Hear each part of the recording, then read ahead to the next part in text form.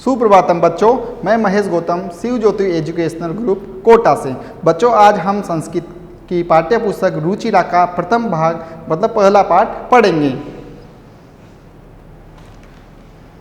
सुभाषितानी, जिसका नाम है सुभाषितानी।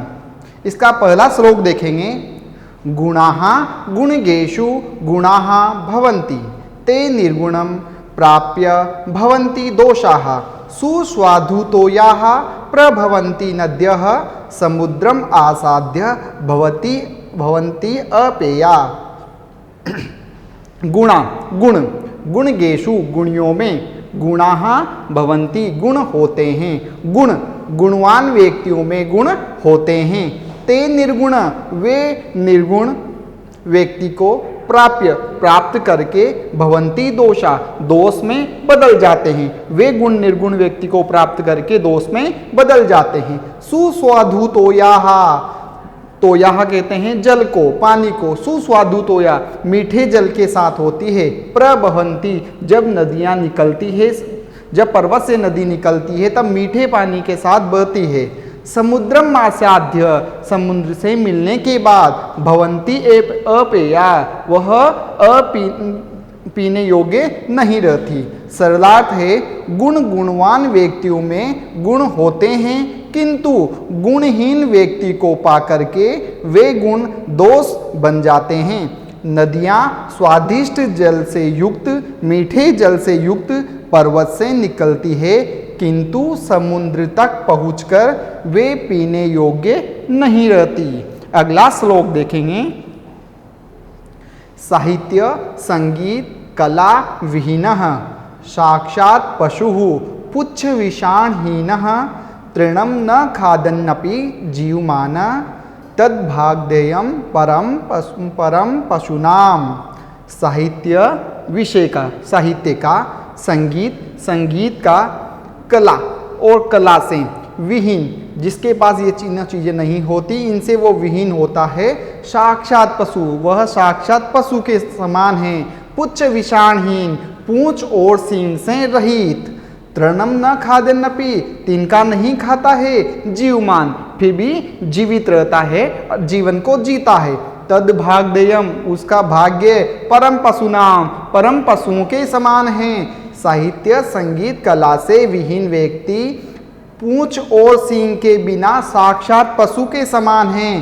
तिनका घास फूस नहीं खाता, फिर भी जीवन जीता है, जीवित रहता है। उसका भाग्य परम पशु के समान है। सरलार्थ साहित्य संगीत व कला कौशल से हीन व्यक्ति वास्तव में पूंछ तथा सींग से रहित पशु है, जो घास न खाता हुआ भी पशु की भांति जीवित है। वह तो उस असभ्य पशु के समान मनुष्यों, पशुओं का परम सौभाग्य है कि घास फूस न खाकर अपितु स्वादिष्ट व्यंजन खाते हैं। ऐसा व्यक्ति पशु के समान ही है, लेकिन वह पशु ऐसा है जो घास फूस नहीं खा रहा है और बल्कि स्वादिष्ट व्यंजन खा रहा है। अर्थात हमें साहित्य संगीत कला का ज्ञान लेना चाहिए। अगला श्लोक देखेंगे। लुब्धस्य नश्यन्ति यशः पिशुनस्य मैत्री नष्ट किर्यस्य कुलम अर्थ परस्य धर्मः विद्याफलम व्यवसनिनः कर्पणस्य सौख्यम राज्यम प्रमत सचिवस्य नराधिपस्य। देखो बच्चों, लुब्धस्य यहाँ बताया गया है। लुब्धस्य कहते हैं लालची व्यक्ति को। जो लालची व्यक्ति होता है नश्यन्ति, नष्ट हो जाता है। यश, ऐसे लालची व्यक्ति का यश नष्ट हो जाता है। पिशुनस्य मैत्री, पिशुन कहते हैं चुगलीखोर को। चुगलीखोर व्यक्ति का क्या नष्ट हो जाता है? दोस्ती, मित्रता। नष्ट किर्यस्य का मतलब होता है जो व्यक्ति कर्महीन होता है, कुलह, उसका कुल नष्ट हो जाता है। अर्थात जो अपने कर्म में नहीं लगा रहता, कार्य नहीं करता, अपने कर्म में नहीं लगा रहता है, उसका कुल नष्ट हो जाता है। अर्थ परस्य धर्म, और धन को अधिक महत्व देने वाला, अर्थ कहते हैं धन को, परस्य धन को अधिक महत्व देने वाले व्यक्ति का धर्म नष्ट हो जाता है। विद्या फलम व्यवसनीनः, व्यवसनीन कहते हैं बुरी आदतों वाला व्यक्ति, जो उसकी बुरी आदतें हैं, ऐसे व्यक्ति का विद्याफलम, विद्या का फल नष्ट हो जाता है। कर्पणस्य सौख्यम, कर्पण कहते हैं कंजूस व्यक्ति को, कंजूस व्यक्ति का सुख नष्ट हो जाता है। कोई व्यक्ति कंजूस होता है तो उसे सुख नहीं मिलता। राज्य प्रमथ सचिवस्य, ऐसा राज्य का मंत्री जो प्रमाद करता है, आलस्य करता है, नराधिपस्य, ऐसे राजा का राज्य नष्ट हो जाता है। अगला श्लोक देखेंगे बच्चों। पीत्वा रसम तु कटुकम मधुरम समानम माधुर्यम एवह जनएन मधुमक्षिकाशो संतस्तथैव समसज्जनः दुर्जनानां श्रुत्वा वचः मधुरः सूक्तरसम सृजन्ति। यहाँ मधुमक्खी के बारे में बताया गया है कि मधुमक्खी क्या करती है बच्चों, पीत्वा पीती है, रसम रस, तू तो, कटुकम कड़वा, मधुरम और मधुर समान रूप से। यहाँ मधुमक्खी मीठा और कड़वा रस समान रूप से पीती है। माधुर्यम एव, किंतु वह माधुर्यता ही, मिठास ही जनएन उत्पन्न करती है। कौन बच्चों, मधुमक्षी को, मधुमक्खी। किंतु मधुमक्खी, जिस प्रकार से यह मधुमक्खी मीठे अथवा कड़वे रस को एक समान पी करके मिठास ही उत्पन्न करती है, वैसे ही संतस तथैव, उसी प्रकार संत व्यक्ति, सज्जन व्यक्ति, सम सज्जनः दुर्जनानाम, सज्जनों के और दुर्जनों के, श्रुत्वा वचन सुनते हैं और मधुर सूक्त रसम सृजन्ति। किंतु जो सज्जन लोग होते हैं वह दुर्जनों का और सज्जनों के वचन समान रूप से सुनते हैं, किंतु वह अच्छे वचन ही बोलते हैं, अच्छे रस का ही सर्जन करते हैं। जैसे सरलाट में दिया हुआ है बच्चों, जिस प्रकार यह मधुमक्खी मीठे अथवा कड़वे रस को एक समान पीकर मिठास ही उत्पन्न करती है, उसी प्रकार सज्जन लोग, अच्छे लोग, सज्जन व दुर्जन लोगों की बात एक समान सुन करके सूक्ति रूप रस का सर्जन करते हैं, अर्थात मीठा ही बोलते हैं। अगला श्लोक देखेंगे बच्चों।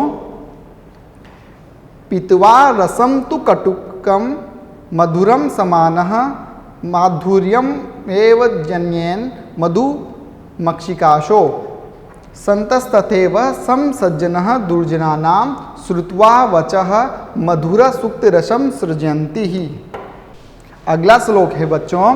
विहाय पौरुषम यो हि देवम एव अवलंब्यते प्रसाद सिंहवत तस्य मूर्धनि तिष्ठन्ति वायसा। यहाँ बच्चों बताया गया है, विहाय, जो व्यक्ति अपने पुरुषार्थ को, अपने परिश्रम को छोड़ देता है, यो ही, जो अपने परिश्रम को छोड़ करके केवल देवम अवलंब्यते, केवल भाग्य का सहारा लेता है। विहाय, छोड़ करके, पौरुषम, पुरुषार्थ भी कह सकते हैं, परिश्रम भी कह सकते हैं, परिश्रम को, यो वह ही, निश्चित ही, देवम मतलब भाग्य का, अवलंब्यते सहारा लेता है, प्रासाद सिंहवत, जैसे राजमहल, प्रासाद कहते हैं महल को, जैसे महल के बाहर नकली शेर बैठा रहता है, सिंहवत, नकली शेर स्थित होता है, तस्य मूर्धनि तिष्ठन्ति वायसा, और उसके ऊपर, उस नकली शेर के ऊपर सिर पर कौवे बैठे रहते हैं, उसी प्रकार ऐसे व्यक्ति का हाल होता है। जैसे वो सोचता है कि परिश्रम करना छोड़ दें और भाग्य का सहारा ले, तो उसकी स्थिति वैसी ही होती है जैसे महल के बाहर नकली शेर बैठा हुआ है और उसके ऊपर कौवे ही बैठते हैं। जैसे सरलाट में देख सकते हैं, जो व्यक्ति निश्चय से पुरुषार्थ छोड़ करके, अर्थात परिश्रम को करना छोड़ करके भाग्य का ही सहारा लेते हैं, महल के द्वारा मतलब द्वार पर बने हुए नकली शेर, नकली सिंह शेर की तरह उनके सिर पर कौवे बैठते हैं। अगला श्लोक देखेंगे बच्चों। पुष्प पत्र फलम च छाया मूल वलकल दारू भी धन्या महीरुहा येषाम विमुखा यान्ति ही न अर्थिना। पुष्प, देखो यहाँ पर पेड़ की महिमा बताई गई है कि पेड़ कितना परोपकारी होता है। पुष्प, जो हमें पुष्प, पत्र, पत्ते, फल, छाया मूल जड़ को कहते हैं। वलकल छाल और दारू भी लकड़ियाँ आदि प्रदान करते हैं। धन्य है महिरुआ ऐसे पेड़ ये शाम जिनके पास विमुख नहीं होते, यान्ति जाने वाला, ना अर्थिन नहीं लौटते वापस। अर्थात बच्चों, पेड़ इतने परोपकारी होते हैं जो हमें पुष्प, पत्र, फल, छाया, जड़, छाल और लकड़ियां भी देते हैं। जो व्यक्ति उनके पास जाते हैं वो उन्हें विमुख नहीं मोड़ते, अर्थात जो कुछ मांगते हैं वो उन्हें प्रदान कर देते हैं। जैसा कि सरलार्थ में लिखा हुआ है, फूल, पत्ते, फल, छाया, जड़, छाल और लकड़ियों से के कारण वृक्ष धन्य होते हैं, परोपकारी होते हैं, जिनसे मांगने वाले कभी विमुख निराश वापस नहीं होते हैं, वापस विमुख नहीं लौटते हैं, अर्थात पेड़ उन्हें दे देते हैं। अगला श्लोक देखेंगे बच्चों। चिंतनीया ही विपदाम आदाव एव प्रतिक्रिया न कूप खनेन युक्तम प्रदीप्ते वृहनाम ग्रहे। बच्चों, इसमें देखेंगे चिंतनिया चिंतन करना चाहिए, ही निश्चित ही, विपदाम मुसीबत के पहले, आधाव एवं आने से, प्रतिक्रिया सोचना चाहिए, समाधान करना चाहिए। बच्चों, यहाँ बताया गया है कि निश्चय से विपत्तियों मुसीबत की जो शुरुआत में ही उसकी इलाज कर लेना चाहिए, उसका समाधान सोच लेना चाहिए। न कूप खनेन, कुआं नहीं खोदना चाहिए, युक्तम प्रदीप्ते वृहनाम ग्रह, जब घर आगे से जल रहा हो तब कुआं नहीं खोदना चाहिए, अर्थात पहले ही उसके बारे में विचार करना चाहिए। कोई मुसीबत आने वाली हो उसके पहले ही विचार कर लेना चाहिए। जैसा सरलार्थ में लिखा हुआ है, निश्चय से विपत्तियों मुसीबतों का शुरुआत में ही इलाज समाधान सोचना चाहिए। आगे से घर के जलने पर कुआं खोदना उचित नहीं होता। जब तक कुआं खोदें तब तक घर जल जाएगा, इसलिए कुआं खोदना उचित नहीं है। इसलिए जो भी कोई बाधाएं हैं, मुसीबतें हैं, उनका पहले से ही इलाज ढूंढ लेना चाहिए। आशा करता हूँ मेरे द्वारा पढ़ाया गया हुआ ये पाठ आपको समझ आया होगा। धन्यवाद।